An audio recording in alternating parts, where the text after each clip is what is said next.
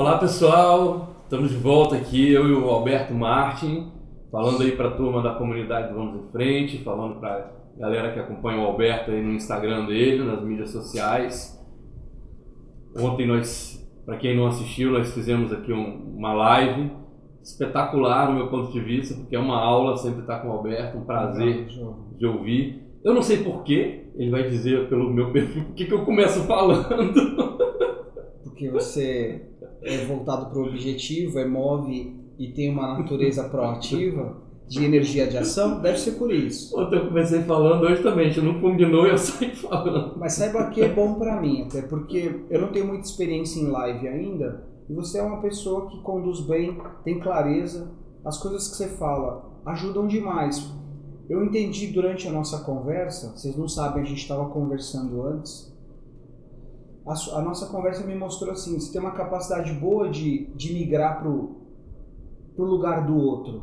A gente chama de posições perceptivas, posições perceptuais. Eu acho muito legal a forma como você vai para o mundo das pessoas que não estão aqui e fala, poxa, se eu estivesse assistindo uma live com esse tema, que aliás o tema é comunicação além das palavras, o que é que eu gostaria de ouvir?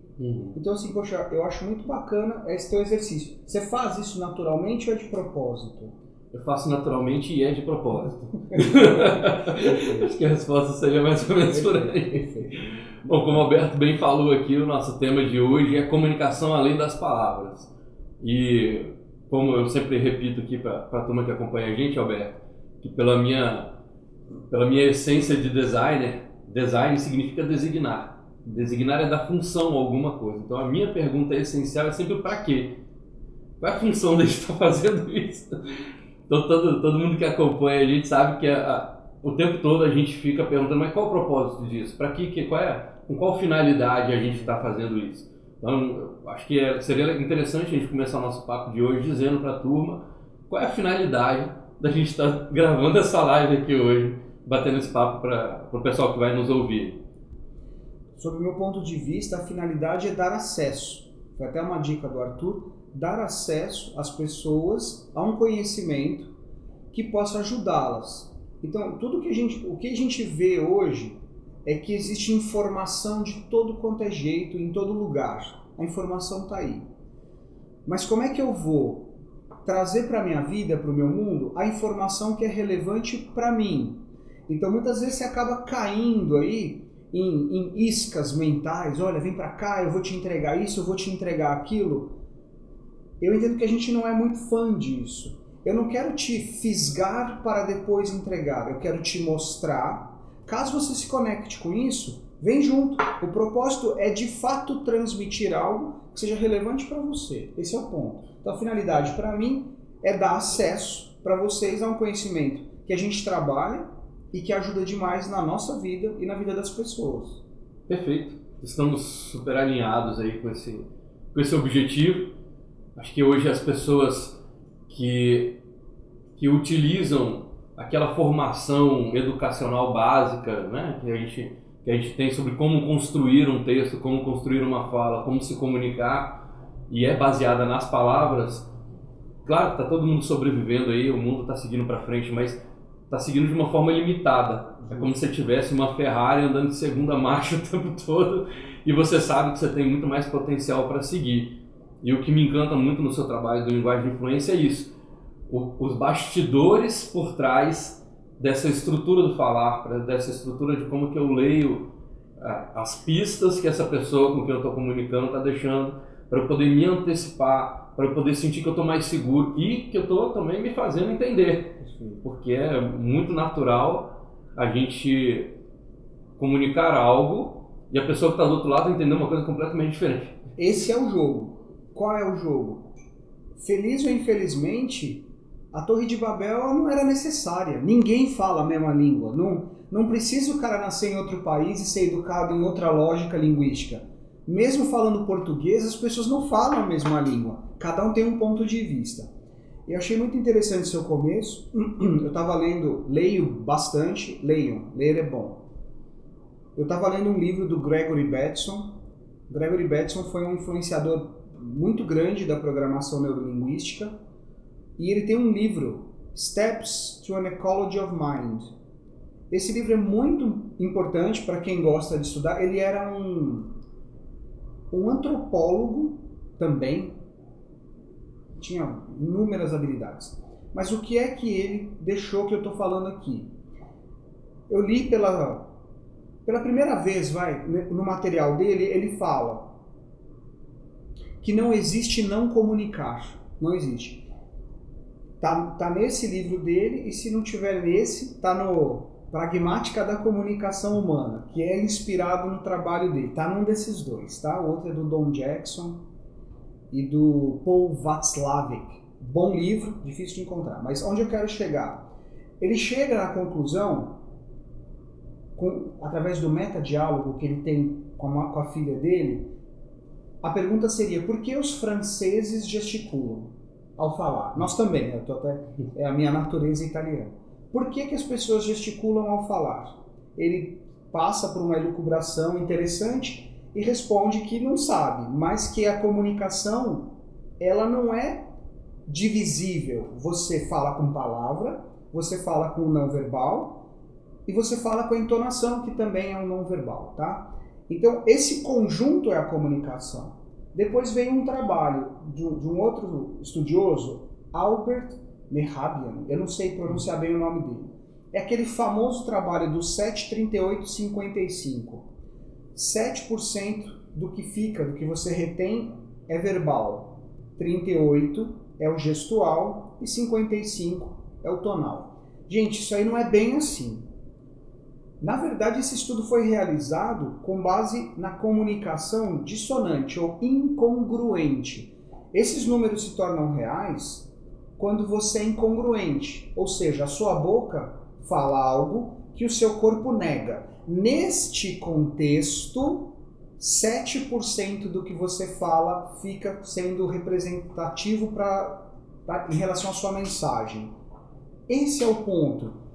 Transformando então, pode deixar.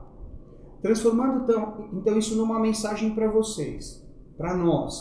Gente, comunicação é mais do que palavra, infinitamente mais, é o gestual e é o tonal também, e é o planejamento linguístico.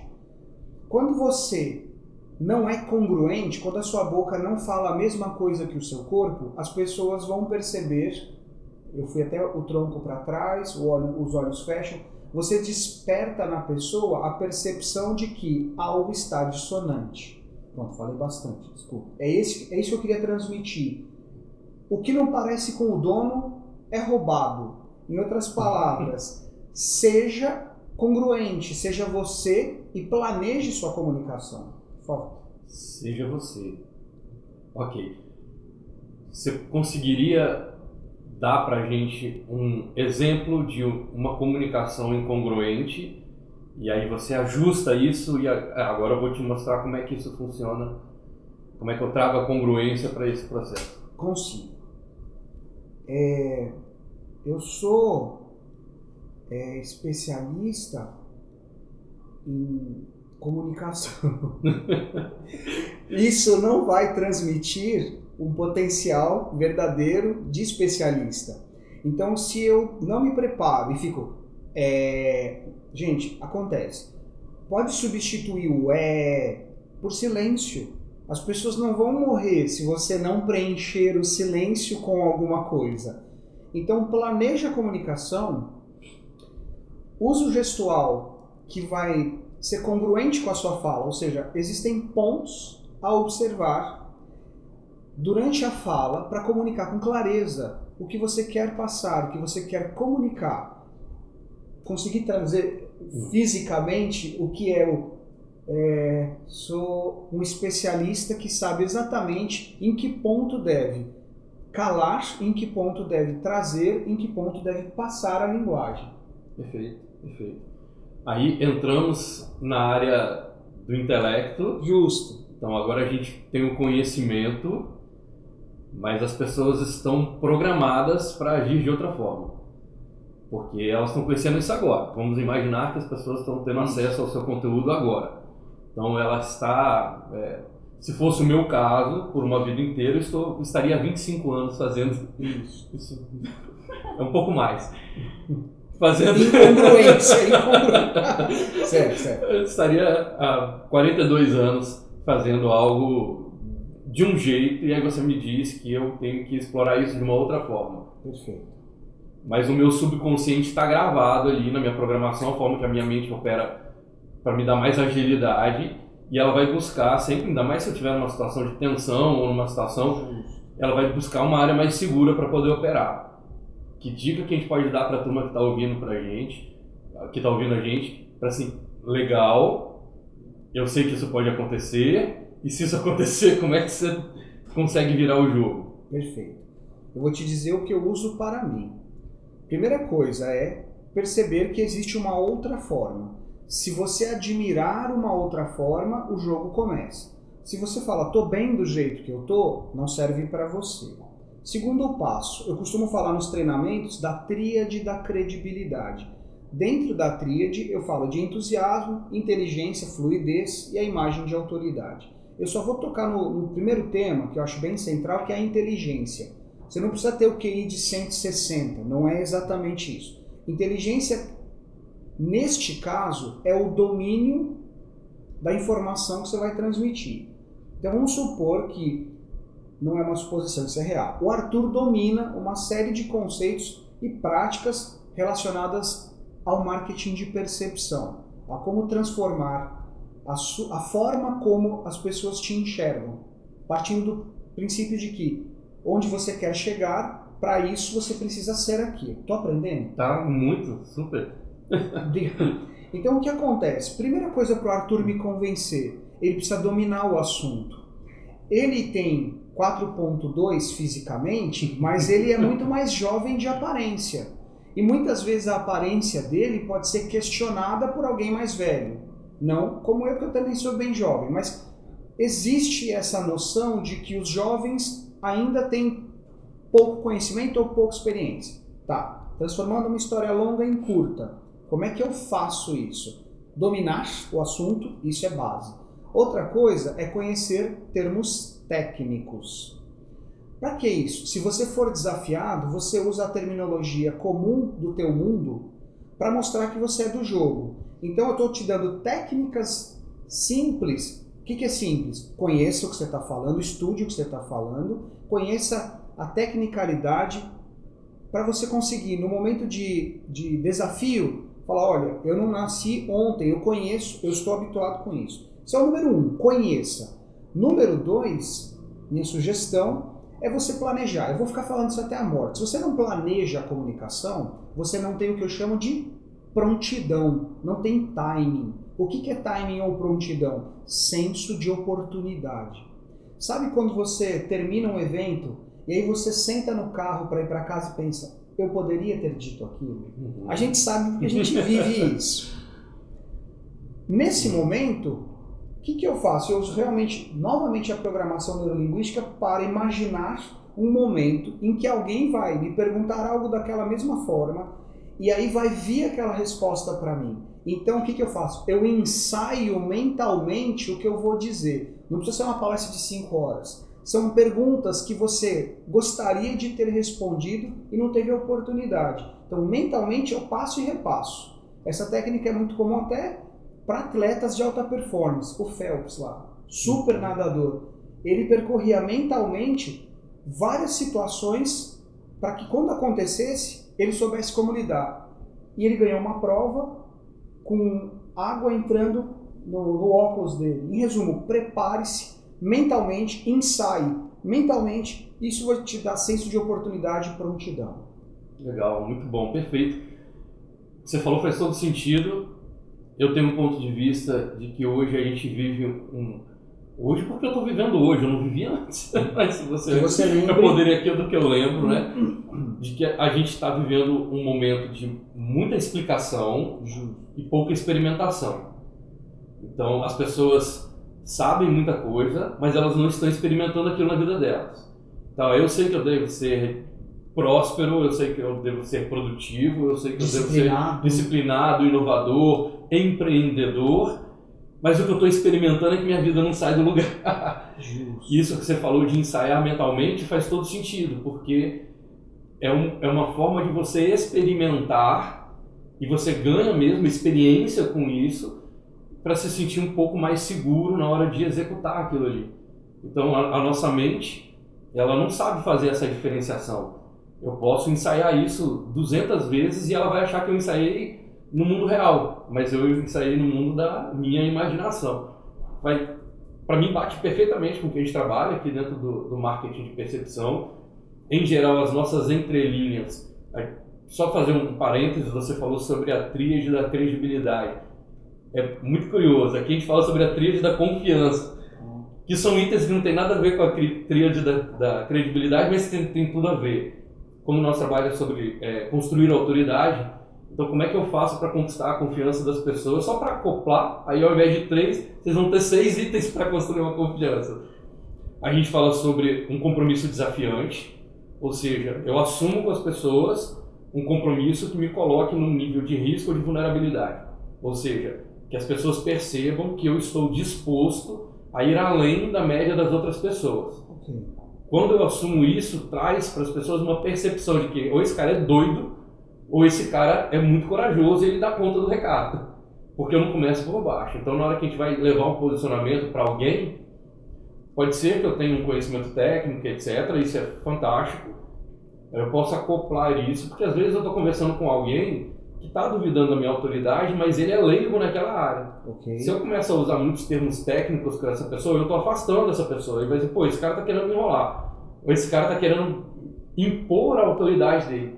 Mas quando eu digo para a pessoa, vou dar um exemplo, digamos que eu seja um professor que ajuda as pessoas a passar em concurso público. E aí eu quero receber acima da média.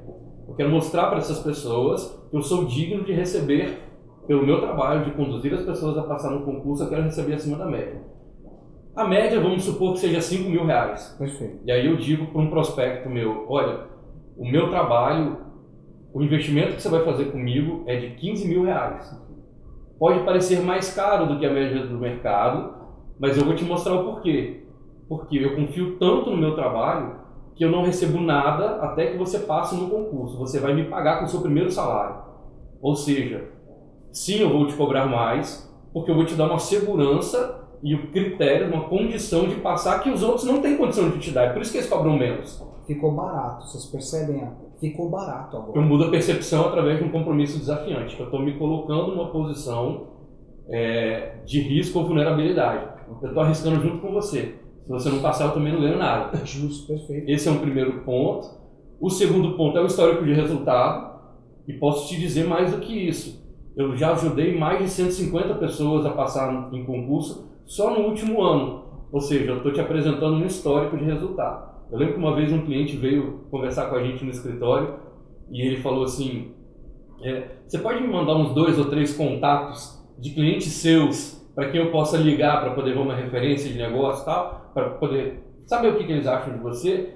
Aí a gente foi batendo um papo, etc. E aí eu falei com ele, olha, eu mandei 12 para você. Aí você vê se está satisfatório, até para você poder usar randômico, que aí não tem nem tempo de eu ligar para 12, porque 3 eu sinto que eu poderia ligar e dizer, o cara vai ligar para você, fala bem de mim.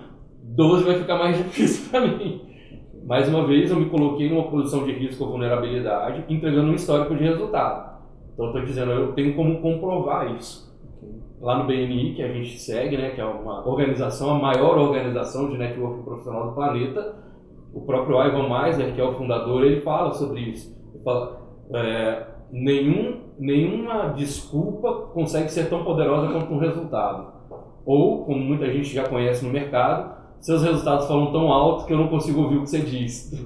Então, quando eu coloco para as pessoas um histórico comprovável, provavelmente, né, você também habita dentro desse universo, quando a pessoa está querendo te enrolar ou contar uma mentira, ela tende a te dar termos generalistas. Quando ela está te contando algo que ela quer que você sinta que é verdadeiro, você vai dando pontos de checagem. Então, quando eu entrego o telefone de alguém que eu atendi, eu estou colocando verdade nessa conversa. Se essa pessoa que está do outro lado diz algo positivo sobre mim, é o terceiro ponto do nosso item, que chama garantias externas. É quando eu coloco outras pessoas para falar bem sobre mim. Quem, fora você, colocaria a mão no fogo por você para dizer que você é tão bom quanto você está dizendo. que numa propaganda política, um político dizer que ele é honesto, que ele é trabalhador e que ele vai fazer o máximo, todo mundo, tá bom, senta lá, Cláudia, né? Como dizia o meme. Mas, quando vem uma figura, de preferência uma figura de autoridade, então vamos supor, a gente teve há pouco tempo uma situação de uma empresa, um fabricante de cerveja, eu vou chamar de fabricante porque eu não entendo de cerveja, para mim é quem produz ali a cerveja, enfim, que teve um problema lá nos elementos químicos da cerveja, enfim, contaminou, matou e etc. Então, essa pessoa que é o dono da cervejaria dizer que ele é honesto, que ele fez o melhor e etc., tem pouca credibilidade.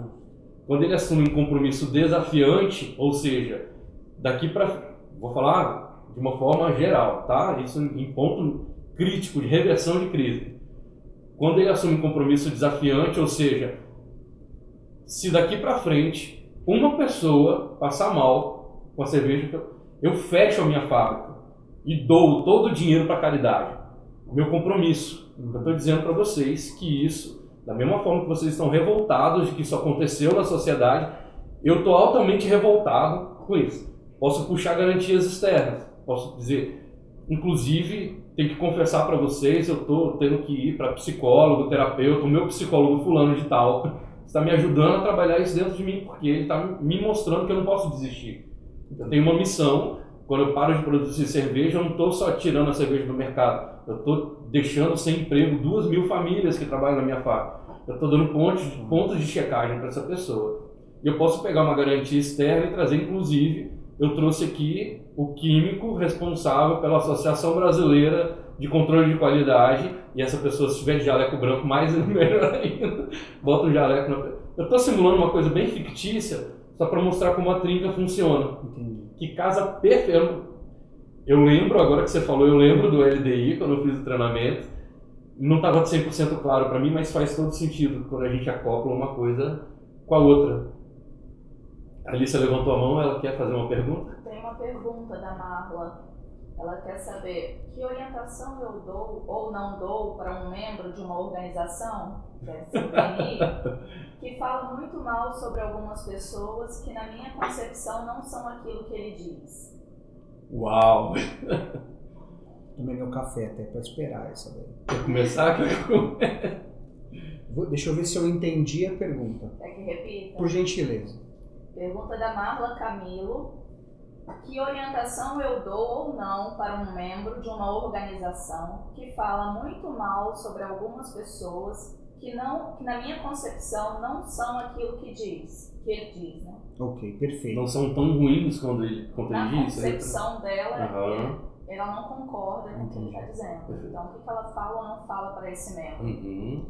Perfeito. Eu tenho um treinamento que começa hoje chamado Hierarquia. Existem duas estratégias de reação à crítica.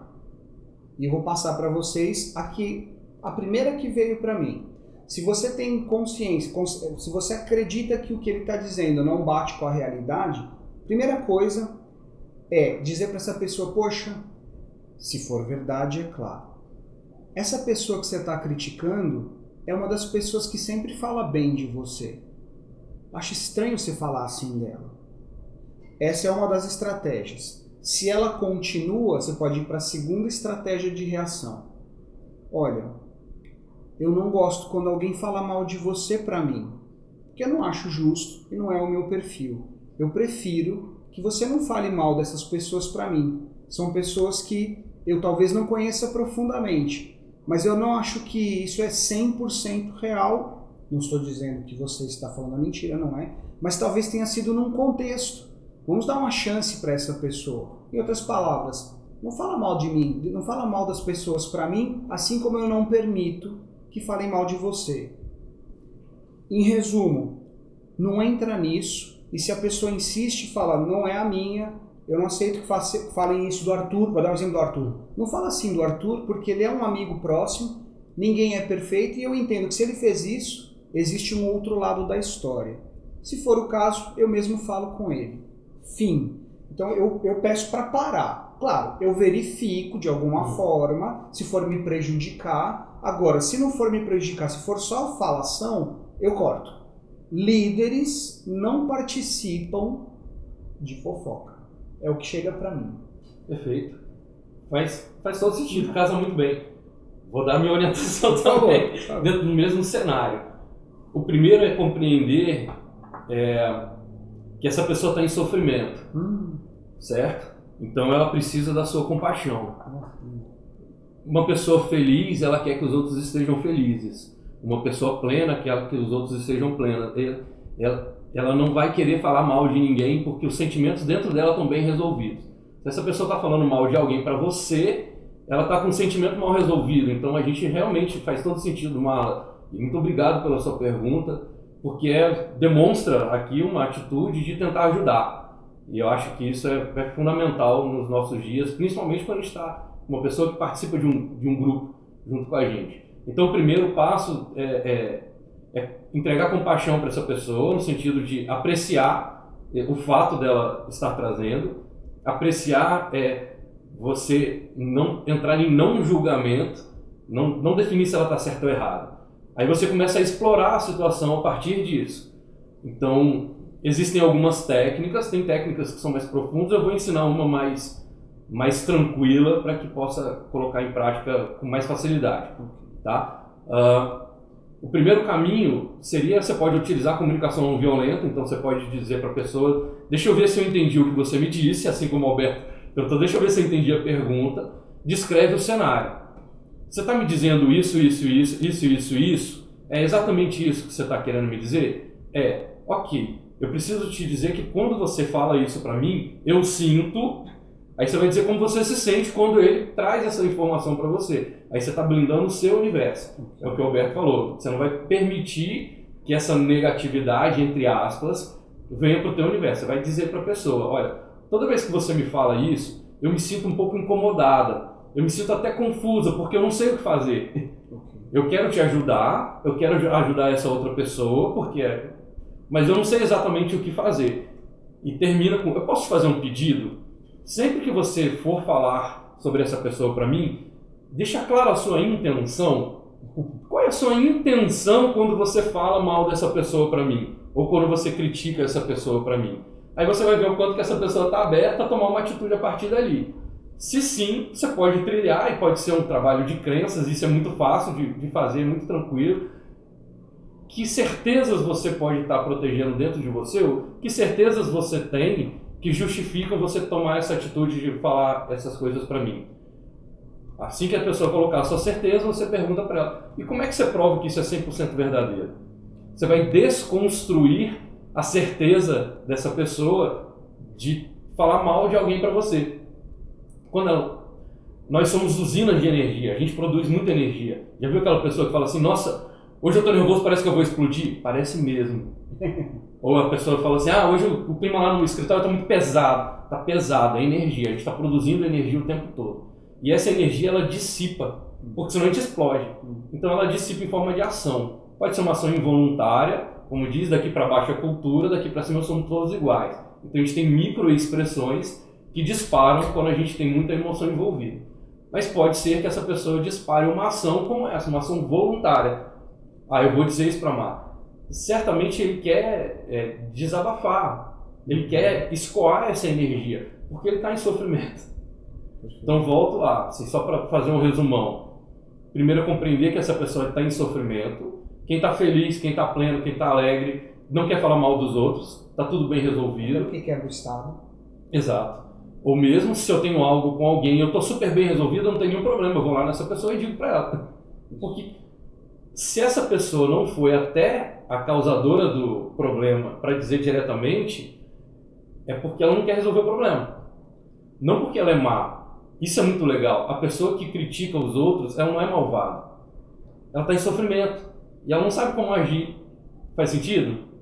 A Alice levantou a mão de novo. Tem uma pergunta aqui da audiência do Alberto, Bruno Adriano, oficial. Ainda no assunto hierarquia. Como agir quando o dono da empresa não respeita nenhum nível hierárquico e chega a conferir e desconfiar de cada líder? Bom, vou aproveitar que ele está em sofrimento, mas a pergunta Boa. Ele está em sofrimento. A pergunta é como agir quando o líder não respeita nada. Difícil. Se você puder influenciá-lo de alguma forma, porque eu vou usar a mesma técnica, não exatamente a mesma, porque eu não conhecia essa forma. O que eu digo é, quem agride está em sofrimento. Se você tiver abertura para conversar, se você tiver abertura para aproximar, se você tiver estratégia linguística para conseguir interferir e você quiser fazer isso, o que eu diria, o que eu faria justamente é ir até essa pessoa, ouvi-la e tentar mostrar que, não sei se você, o Bruno sabe disso, vou falar um pouquinho de metaprograma, que é padrão previsível de comportamento. Quando alguém está falando, você deixa ela falar. Vou dar um exemplo aqui. Olha, Arthur, eu quero melhorar os meus negócios, eu quero ir para outro nível e eu quero alcançar um padrão de nível internacional, quero ser reconhecido pelo meu conhecimento. Ponto. O Arthur, em vez de me interromper, ele espera eu falar e depois ele fala na mesma linguagem. Alberto, acho que você está no caminho certo. Para você chegar nisso, é importante a gente salientar esses pontos aqui. Aí ele vem com afasta. Então assim, olha, já que você quer nível internacional, vamos resolver essas questões, vamos trabalhar esses pontos. Ou seja, ouve o teu gerente, chefe, diretor, deixa ele desabafar e depois põe os contrapontos falando na linguagem dele. Não dá para você ir de encontro, porque se o cara tá acima, fica feio, vai. Se a pessoa está hierarquicamente acima de você, você não pode confrontá-la. Então a única coisa que a gente faz é influenciar comportamentos. Como que a gente faz isso? Ouvindo, conectando e alertando a pessoa que para ela conseguir o que ela quer é importante notar X, Y, Z. No caso dessa pessoa que está em sofrimento, que ela cruza todas as linhas hierárquicas, o que eu faria? Descobriria o objetivo, os valores dela, para onde ela quer ir, entraria nos canais e mostraria os pontos que eu estou observando que a farão alcançar o que ela quer. E com isso eu diria, olha, te entendo, você é um cara que colocou muita energia nessa sua empresa, isso aqui é a sua vida, é a tua história. Para você chegar onde você quer, se você me permitir, vamos evitar essas práticas ou vamos mudar isso daqui para que você consiga o que você quer. É a melhor estratégia que eu enxergo agora, Bruno. Obrigado pela pergunta, espero que tenha sido útil. Perfeito. O caminho é esse, acho que não tem muito mais o que complementar. O que eu diria, como o meu trabalho vai dentro de marketing de percepção, e a percepção está intrinsecamente ligada à forma como nós significamos o mundo, sim, as coisas ao nosso redor. Primeiro tem que saber se o que significa respeito para você é o mesmo que significa respeito para ele. Ou seja, às vezes, no ponto de vista dele, ele não está desrespeitando. Justo. Os critérios que ele utiliza para significar respeito podem ser diferentes do seu critério. Então, o legal é fazer um alinhamento com essa pessoa e aí sim acessar os valores, como o Alberto muito bem falou, e você conversa com os valores dele. Como é que a gente faz isso? Buscando as necessidades e desejos. Então, que necessidades e desejos esse líder, semi-líder, né? Mas que necessidades esse líder tem na vida dele em que ele está agindo da forma como ele está agindo. Então, a pergunta sempre é o para quê? Para quê que... A gente pode fazer isso internamente, mas o legal é fazer com a pessoa que está do outro lado. Para que você tem uma empresa? Para que você tem uma equipe? Para que você... Quando você achar os para que, você vai chegar no valor. Vai chegar no valor. Esse valor é o que dispara o sentimento que dispara a ação. Então, se de repente ser respeitado para esse líder, para esse chefe, tem a ver com controle e poder, talvez ter pessoas que ele garanta que estão subservientes a ele seja o significado que dispara a ação. E como ele quer sentir isso, eu vou dizer assim, com essas pessoas próximas não é caso. Inclusive é bastante comum em empresários esse patamar em que a pessoa ela quer agradar alguém emocionalmente. Para agradar alguém, ela acha que tem que ser um tipo de pessoa, e para defender aquele tipo de pessoa, ela age com um monte de gente, não da melhor forma possível. Vou dar um exemplo. meu pai nunca acreditou em mim. É um exemplo, tá? Fictício. Tá online, tá? Mas não é o caso do meu pai, mas vou dar um exemplo fictício. Meu pai sempre me desacreditou. Nunca acreditou que eu pudesse ser um líder, que eu pudesse ter equipe, porque ele sempre repetia para mim: ninguém vai te ouvir, você é fraco. Então, essa emoção ficou guardada dentro de mim, gravou no meu subconsciente, e ela dispara o meu significado sobre poder e liderança. Então, talvez poder e liderança para mim signifique ser forte, e para que eu seja forte tem que ter um lado fraco. E aí eu tenho que enfraquecer as pessoas. Olha a volta que a gente dá emocionalmente para poder disparar o nosso padrão de comportamento. Então, para eu poder ajudar essa pessoa a tratar a equipe dela de uma forma diferente, de forma definitiva, de forma profunda, eu tenho que acessar qual é a emoção que está disparando a ação dela. Essa emoção sempre está ligada a um significado. Se não tem significado, não tem emoção. Então, a gente vira a samambaia do cantinho se a gente não tiver condição de dar significado para as coisas. Aí eu tenho que ver quais são as convicções que estão criando esse significado. É uma engenharia reversa. Você vai do sentimento você vai buscar qual é o significado que está envolvido nele. Para chegar no significado, você vai em quais as certezas que essa pessoa tem dentro dela. Por isso que eu fiz essa pergunta. O que esse cara está buscando? Aí você vai perguntando para a pessoa: para que você resolveu ter uma empresa? Eu começaria a conversa bem por aí. Cara, que legal, você é uma pessoa que eu... Se der, né? Técnica de apresentação, e funciona muito bem para diálogo também. Você vai apresentar alguma coisa, você entra, escaneia, ou seja, reconhece o lugar, valida. Depois que você valida, você bota a sua intenção, estabelece um combinado e aí você começa a conversar. Então eu começaria com o meu chefe lá, eu chamaria ele para uma conversa. Chefe, eu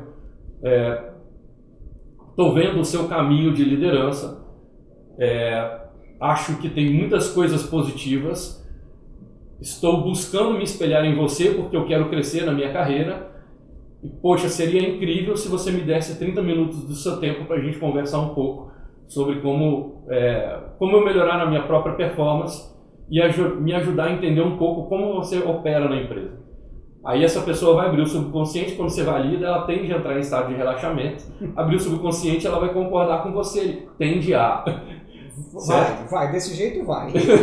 Falou muito bem. A partir dali, eu vou vasculhar com essa pessoa e dizer para ela, dentro do seu caminho, por que você resolveu ter uma empresa? Poxa, ter uma empresa desse tamanho, com essa quantidade de pessoas na equipe, não é uma coisa fácil. Não. Eu imagino que seja difícil para você. Qual é o seu maior desafio hoje na liderança com a equipe? Ou o que você acha que você está fazendo 100% certo? Eu vou mapeando e aí eu começo a perguntar para quê. Você tem que colocar o para quê, para poder chegar no valor. Porque a pessoa que está do outro lado vai te dizer qual é a necessidade dela. Quando você diz para quê, você está buscando qual é a funcionalidade disso na sua vida. Quando você chega no valor, aí você faz exatamente o que o Alberto falou, e daqui para frente, quem gravou a live, ou quem quiser assistir novamente, pega esse passo a passo, é maravilhoso. Quando você acessa pelos valores da pessoa, ou seja, por que você faz isso, por que isso é tão importante para você? Dentro disso, do que você não abre mão? Aí você chega nos valores absolutos, muitas vezes você chega nos dogmas, que são as certezas que esse cara não quer nem ser questionado. Justo. E aí você navega só dentro dessas certezas através do passo a passo que o Alberto deu. Acho que é um caminho interessante para poder seguir. Grava a live. Espero ter ajudado. Ajudou, me ajudou. Obrigado pela pergunta, que aprendi um monte aqui. Concordo 100% com o que você falou. Então tá, vamos. Temos mais perguntas. Mais perguntas a cerca de 15 minutos. A nossa voz da consciência, como sempre, é a Alicia, que está aqui nos bastidores nos ajudando com a estrutura aqui da live. A gente vai responder o máximo que puder dentro desse tempo, né? A Valéria Aquino pergunta para o Arthur: a percepção sobre algo ou alguém é um resultado de crenças e valores? Excelente pergunta, Valéria. Vamos colocar assim: as nossas crenças, ou seja, as nossas convicções, tudo aquilo que a gente afirma como verdadeiro para a gente é uma crença. Pode ser uma crença construtiva, pode ser uma crença obstrutiva. Depende da forma como você experimenta a crença. Não é o que ela é como você experimenta. Então, essa crença dispara os nossos pensamentos. Os nossos pensamentos são filtrados pelo nosso sistema de crença. E os pensamentos geram os nossos sentimentos, que disparam os nossos comportamentos. Então, sim, todas as experiências que a gente tem tendem a ser baseadas nessas crenças. Por que eu digo tendem? Porque eu só sei do que eu estudei daqui para trás. Como dizia o Confúcio, a experiência é uma lanterna acesa, o problema é que ela está acesa nas nossas costas, virada para trás. Então eu não consigo enxergar para frente. Eu não sei daqui para frente se alguém vai conseguir comprovar que isso é diferente. Mas até onde eu conheço, sim, as nossas crenças, os nossos sistemas de crença, e quanto mais despertos nós estamos, ou seja, quanto mais a gente tem a habilidade de alcançar e ter clareza sobre o nosso sistema de crença, porque a gente tem basicamente duas camadas de crença. A gente tem uma camada de crença superficial, que é onde a gente tem fácil acesso. Então, eu acredito que se eu entrar no meu carro e virar a chave, o carro vai ligar. Então é uma crença. Mas tem uma crença subconsciente, tem uma crença que a gente chama de crença transparente. Essa é a crença que a gente tem que desenvolver a habilidade, porque é essa que sabota os nossos resultados. Então, são essas crenças que estão gravadas em camadas mais profundas, que dificultam a gente alcançar resultado, ou às vezes facilitam a gente alcançar resultado quando ela é construtiva, mas me impede de estruturar para eu repetir esses bons resultados. Como eu não sei o que disparou, na próxima vez eu tenho que começar tudo do zero. Então faz todo sentido, sim, tem 100% a ver com as crenças. Só faz de novo a pergunta, só para eu ter segurança de que eu respondi. A percepção sobre algo ou alguém é um resultado de crenças e valores? É uma expressão sobre, é uma expressão, a gente pode chamar assim de resultado, mas é uma expressão sobre as crenças. Os valores também são expressões das crenças. São os filtros que você utiliza para conseguir interagir, para conseguir perceber. Não? Por aí. Quando você fala, você utiliza, eu começo aqui a alucinar um pressuposto de que essa pessoa está consciente do que ela está utilizando. Não, tem razão. Não é isso. São os filtros que comandam Pronto. as suas tomadas de decisão e as percepções que você tem sobre tudo que está à sua volta. Aí sim, eles comandam. Aí eu não sei se eu estou utilizando ou não, porque eu não sei se eu estou desperto, consciente disso. Isso é muito legal. O sentimento é a forma como a gente traduz em que frequência a gente está. Certo? É a nossa forma de significar a frequência na qual a gente está. Dificilmente você vai ouvir uma pessoa dizer para você assim, eu estou conscientemente desperto de estar envolvido numa emoção negativa. A pessoa vai dizer, eu estou mal. Assente, acabou. Estar mal é o sentimento que expressa isso. Por isso que eu falei, talvez o significado de resultado para mim seja diferente do resultado para a Valéria. No meu ponto de vista, dentro do meu mapa, eu diria que ele é uma expressão. Ele é uma expressão do meu sistema de crenças. Que a percepção e o sentimento vão dizer em que frequência que eu estou. Porque, dependendo da frequência em que eu estou, eu percebo o mundo de uma forma completamente diferente. A mesma situação, dependendo da frequência em que eu estou, eu percebo ela de uma maneira absoluta. Isso é legal, porque essa é a dança da vida, é maravilhoso isso. Posso complementar dizendo, se eu não estiver correto, me avise, me ajude. O que eu entendo, segundo o que eu já ouvi da PNL, do próprio Michael Hall, os estados alicerçam os programas que disparam os comportamentos. É isso? Ou seja, você falou de frequência, eu falo de estado. Dependendo do estado em que eu estou, eu vou perceber e me comportar de determinada maneira. Isso. A Valéria está respondendo aqui que ela adorou, está muito grave com a resposta, entendeu a visão de resultado e expressão. Pode continuar. Legal. A segunda parte, eu estou alinhado. A primeira, repete. Eu disse que os estados, eles dão suporte para os metaprogramas, que são os programas que gerenciam os comportamentos. Foi isso que eu disse. Dependendo do estado em que você está, você vai se comportar de determinada maneira. Foi isso que eu disse. Dá um nó na minha cabeça, porque isso é muito legal. Para mim são duas coisas. Isso, eu falo eu não estou conseguindo juntar uma na outra, me ajuda. Tá. Então, o primeiro é o estado. O estado, vamos supor. Eu gosto de exemplos simples. O estado determina, alicerça, dá suporte para os programas que gerenciam seus comportamentos. Em outras palavras, dependendo da forma como você está hoje, você vai sentir e perceber as coisas e elas vão controlar, comandar, disparar os seus comportamentos naquele contexto. Eu preciso pensar mais sobre o assunto, mas é legal. É porque o Estado alicerça os programas que gerenciam os O Estado alicerça os programas. Gente, é muito legal isso. Não tem... Obrigado, Alberto. Né? Toda vez que eu estou com o mestre aqui do lado, o Estado alicerça os programas. Isso. Por que não os programas alicerçam o Estado? Porque eu entendo que a gente sente antes. Então, primeiro a gente sente, depois a gente percebe e depois a gente age. Ok, mas por que a gente sente? Não tenho essa resposta. Acho que é porque nós estamos vivos. Não sei. Não sei. Para a gente sentir, é necessário que haja um significado, porque é o significado que dispara a forma de sentir. A gente vai aprofundar muito. Mas isso é legal. Ok. Eu topo. Não sei se... Não. Ok. A gente aprofunda daqui, vocês aprofundam daí, depois todo mundo manda direct e a gente compartilha. Mas olha que legal. Tenta puxar na sua memória alguém que tenha conseguido sentir algo que não signifique nada para ela. Eu acho que isso não será percebido, talvez. Se eu sinto algo que não tem significado, eu não consigo concatenar isso. Isso não se apresenta para mim de maneira perceptível. Por isso passa. Como é que você sabe que você sentiu? Não sabe. Legal. Isso. Não sabe. O que não está no meu mundo não existe para mim. Perfeito.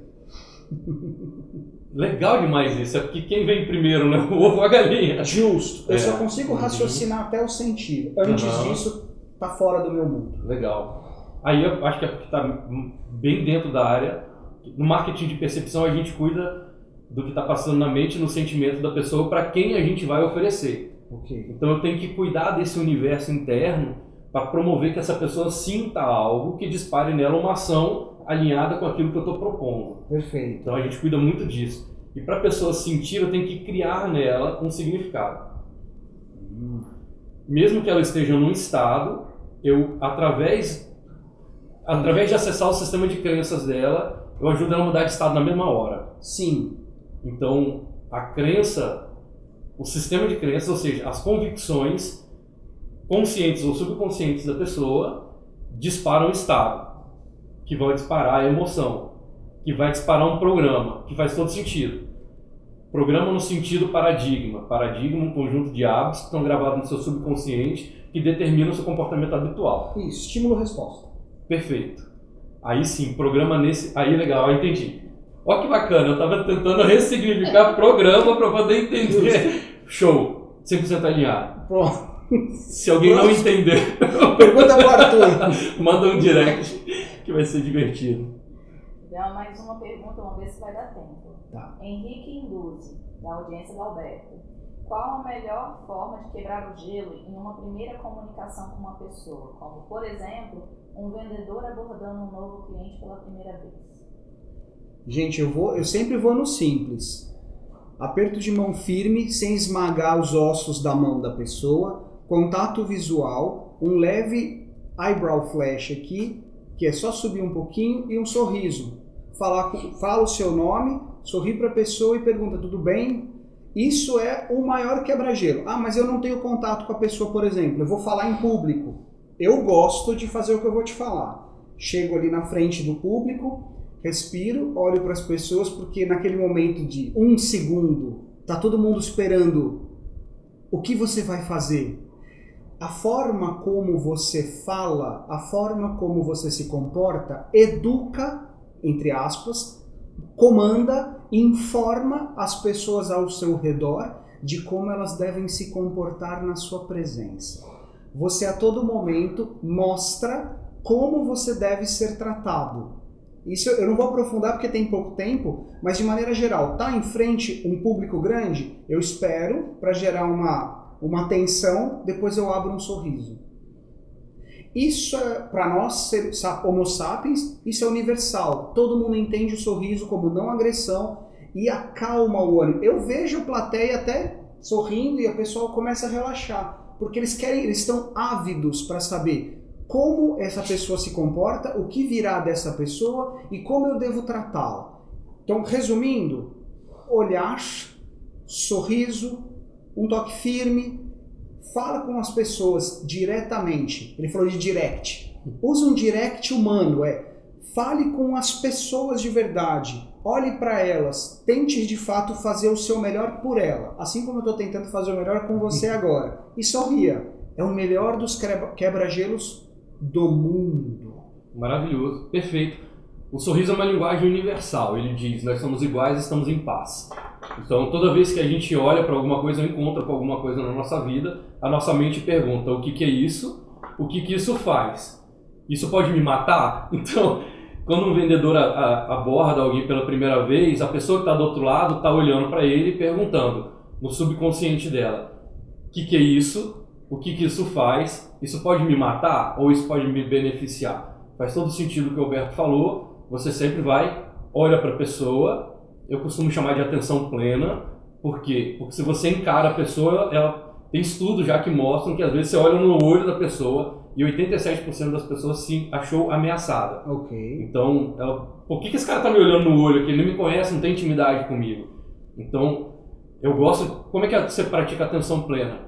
Você olha para a pessoa, mas percebe o que está em volta dela. Ok. Ou seja, ela não vai sentir que você está olhando diretamente, a sua atenção vai estar 100% com ela ali. Sorri, essa pessoa vai saber que são iguais e que vocês estão em paz. Próximo passo. É legal quando você encontra com alguém, todo bom vendedor tende a desenvolver essa habilidade de rapidamente encontrar um motivo. Você tem que contextualizar, o mestre Alberto sempre fala isso, contexto é rei. Então, encontrou com alguém, sorriu, aperta a mão, contextualiza. Por quê? Para criar um ambiente emocional seguro para essa conversa. Então você contextualiza, cria um motivo. Cara, que legal que eu te encontrei aqui, fulano de tal falou super bem de você, há tempos que eu queria te encontrar, que é o segundo passo. Valida. Validou, a pessoa relaxa, e aí ela abre o subconsciente para você poder entrar com o seu conteúdo. Mantenha a atenção plena e faz uma pergunta profunda. Napoleão Hill dizia: diante de pessoas grandes, faça perguntas profundas. Então você faz uma pergunta para essa pessoa, contar a história da vida dela para você, do tipo, muito legal e tal. Cara, a primeira coisa que eu queria ouvir de você, eu te admiro pra caramba. Eu tô dando um exemplo superficial. Você vai encontrar o bem na pessoa, não é para fingir, não é para bajular. Você encontra o bem na pessoa, isso é habilidade. Encontra o bem na pessoa, valida a pessoa e pede para ela contar uma história. Então, poxa, te encontrar aqui nesse evento foi super bacana. Assim, me fala um pouco do que te trouxe até aqui. Aí ele vai tender a te contar uma história de começo, meio e fim. E as pessoas são represas. Tá todo mundo com um monte de coisa rodando na mente o tempo todo. Você só precisa abrir a comporta. Ela vai dar uma enxurrada de informação para você. E aí, sempre, isso, grava essa. Sempre tá no comando quem tá fazendo as perguntas. Então, um bom vendedor é aquele que ouve bem e está sempre fazendo as perguntas. Ele está controlando, conduzindo a negociação ou aquele encontro. Então, você quer quebrar o gelo, sorri, aperta a mão, contextualiza, coloca um motivo, valida a pessoa e pede para ela contar uma história para você. Não tem jeito, a pessoa vai ficar com você. Vai. Mas como... Tende a. Estamos super alinhados. Eu estou te cutucando aqui. Parece que você já leu o livro que eu não lancei. Eu sei que isso é um conhecimento intrínseco seu. E eu também não estou criando nada, mas existe uma técnica. Eu vou descrever isso, o Arthur acabou de descrever, vai estar no livro, eu não estou te copiando, tá? Nome da técnica, enfim, eu chamo de POCA lá, depois vocês vão... Por que, o que, como e a preço. Depois a gente fala sobre isso, mas o contexto é o número 1. Você matou a chave, vamos fazer mais lives sobre esses temas. Boa. Quantos minutos nós temos? 3 minutos. Tem mais alguma pergunta? Tem, mas não sei se vai dar para responder. A gente faz consideração final. Michele Nari, um líder que faz assédio moral, como agir? Em 3 minutos. Uau! Tem outra pergunta? Não. Um líder que faz... Vou seguir a linha do Arthur. Precisamos entender o que está acontecendo. Dependendo da pergunta que chega para mim, eu preciso entender o que é assédio moral, em qual circunstância, o que aconteceu. Eu não consigo dar uma resposta pronta para isso. Porque assédio moral tem um peso e eu não sei o que aconteceu. Eu sei que aconteceu, é o seu ponto de vista, deve ser verdade completamente, mas eu preciso, diante de uma pergunta tão profunda, tão difícil, eu preferia pegar mais elementos, entender melhor. Agora, dependendo do que for, afaste-se. Enfim, eu não consigo percorrer isso em 3 minutos sem captar mais elementos, sem investigar, sem metamodelar. Perfeito. A orientação do Alberto é perfeita. O primeiro passo, porque você não, né? A pessoa já significou esse líder como uma ameaça. Ou seja, esse significado já está movendo o sentimento da pessoa. Eu estou dizendo o seu porque você fez a pergunta. Já está movendo esse sentimento por reação, não é resposta. Então, o ideal é que você se afaste, busque uma figura de autoridade para poder te ajudar. De preferência, uma figura que tenha autoridade sobre ele. Um advogado, uma pessoa que está dentro do métier ali, dentro desse contexto. Quem o influencia, né? Para te ajudar, primeiro, validar se realmente é um assédio moral. Talvez um terapeuta, um psicólogo, alguém que esteja dentro alguém de PNL, talvez, até para poder ajudar nisso, significar. Porque às vezes a gente está dentro da bolha e a gente cria significados nas coisas. Eu não estou dizendo que não é. Quando a pessoa expressa algo tão sério como é o assédio moral, provavelmente ela tem evidências disso. Então, provavelmente é 100% verdadeiro. A minha, só para complementar o Alberto, sim, se afasta porque é uma ameaça. Qualquer coisa que reativa pode sair pior, pode piorar a situação. Busca um ambiente emocional seguro com alguém, de preferência que seja uma figura de autoridade, um profissional de tratar com essas questões, para buscar um aconselhamento para essa situação. Aí essa pessoa vai te ajudar a conduzir a situação, porque é uma situação muito séria, né? É uma situação muito séria. A partir dali, sim, aí a PNL, a psicologia, a terapia são recursos bem eficazes para te ajudar a conduzir isso da melhor forma. Eu, inclusive, tenho uma cliente maravilhosa, que é uma advogada, não é dessa especialidade trabalhista, é da especialidade família, mas ela utiliza as técnicas de psicanálise para ajudar o cliente dela nas tomadas de decisão, porque ela compreende que nos casos de família, questões jurídicas de família, a pessoa está tão conectada emocionalmente com o problema que às vezes ela está apegada, ela não quer nem resolver. Então a psicanálise ajuda nas tomadas de decisão, para você enxergar de fora a situação. A melhor forma de você mudar qualquer situação é mudar o ponto de vista. Então, se você consegue alguém para te ajudar, de preferência uma figura de autoridade, para te ajudar a olhar de um ponto de vista externo, você vai ter mais recurso para poder lidar com a situação. Isso eu posso afirmar. Espero ter ajudado. Me ajudou até, foi muito bom, gostei. Zerou? Gente, eu amo fazer isso, que é eu comecei a gostar ajudar e exercitar essa coisa do comportamento humano, porque nós somos ao mesmo tempo extremamente complexos, mas também ao mesmo tempo extremamente simples. E quando a gente estrutura uma forma de lidar com as situações que estão acontecendo na vida, não só a gente alcança resultados melhores, mas a vida fica mais fácil pra gente, a gente fica mais pleno. Pelo menos é a forma do ponto de vista como eu vejo. E assim, mais uma vez, Alberto, te agradecer demais obrigado. Pela oportunidade de a gente estar junto aqui. Eu fico também tô aprendendo aqui, velho. Fascinado com as suas respostas. Acho que são pontos de vista extremamente complementares. Bem alinhado. E o legal é isso, que às vezes você fala coisas que incomodam o meu universo. E é isso que eu gosto. É essa parte de, caramba, a minha certeza não é 100%. E não é mesmo. E aí a gente vai trafegando e vai construindo. Vamos só nos despedir aí, estamos a 1 minuto, 30 segundos para você se despedir. Pessoal, obrigado. A convite da DPI, do Arthur, da Alicia, eu entendi que existe esse negócio online. Gostei, faz completo sentido. A minha intenção, posso falar pelo Arthur? A nossa intenção é sempre ajudar, transferir conhecimento que seja rapidamente compreensível e que você possa usar para melhorar os seus resultados. Então, obrigado por me assistir.